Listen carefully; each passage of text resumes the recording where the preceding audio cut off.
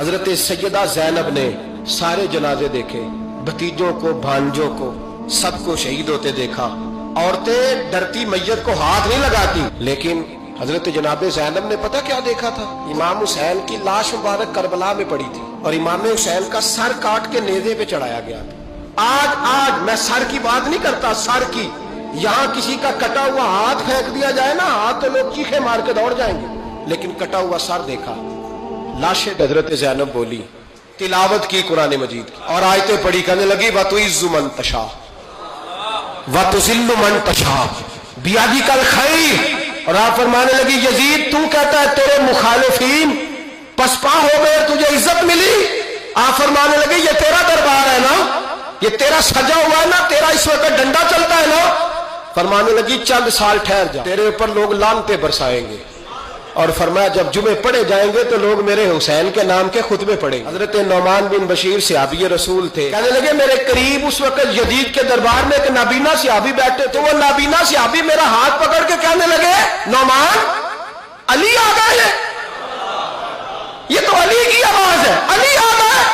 جبریل امی بول رہے ہوں جیسے حکمت کے گوہر رول رہے ہوں جیسے، دربار دمشق میں وہ زینب کا خطاب منبر پہ علی بول رہے ہو جیسے۔ امام حسین کا وجود اطہر کربلا میں رہ گیا اور سر کوفے کے بازاروں سے ہوتا ہوا دمشق پہنچا۔ بہن کو تو بھائی کی انگلی بھیج دو تو شاید پاگل ہو جائے۔ سیدہ زینب نے سارا کچھ دیکھا، لیکن نہ مصطفیٰ کی شہزادی کا پردہ سر سے سرکا، نہ کوئی نماز قضا ہوئی۔ اور یزید کے دربار میں جب سیدہ زینب پہنچی تو یزید نے چھڑی لگائی نا امام حسین کے چہرے کو، تو پھر بھی بی بی نے ہائے وائے نہیں کی، تڑپی نہیں۔ ایک نابینا بزرگ بیٹھے تھے جنہوں نے مولا علی کے پیچھے بڑے جمعے پڑے ہوئے تھے، وہ کہتے ہیں سیدہ نا ستون کے پاس با پردہ بیٹھی تھی تو وہاں سے اٹھی۔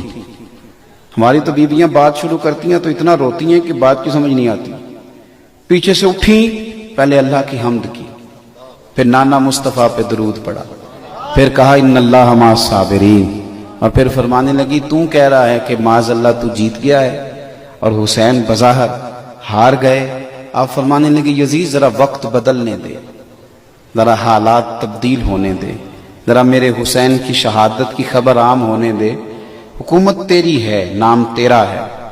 اور سیدہ زینب جب تقریر کر رہی تھی نا، بات کر رہی تھی، تو وہ نابینا ساتھ والے آدمی کا گھٹنا ہلا کے کہنے لگے علی آ گئے دربار میں، یہ تو علی کی آواز۔ میں نے بڑے لہجے میں اثر گھول رہے ہوں جیسے، اور جبریل امی بول رہے ہوں جیسے، دربار دمشق میں سیدہ زینب کا خطاب منبر پہ علی بول رہے ہوں جیسے۔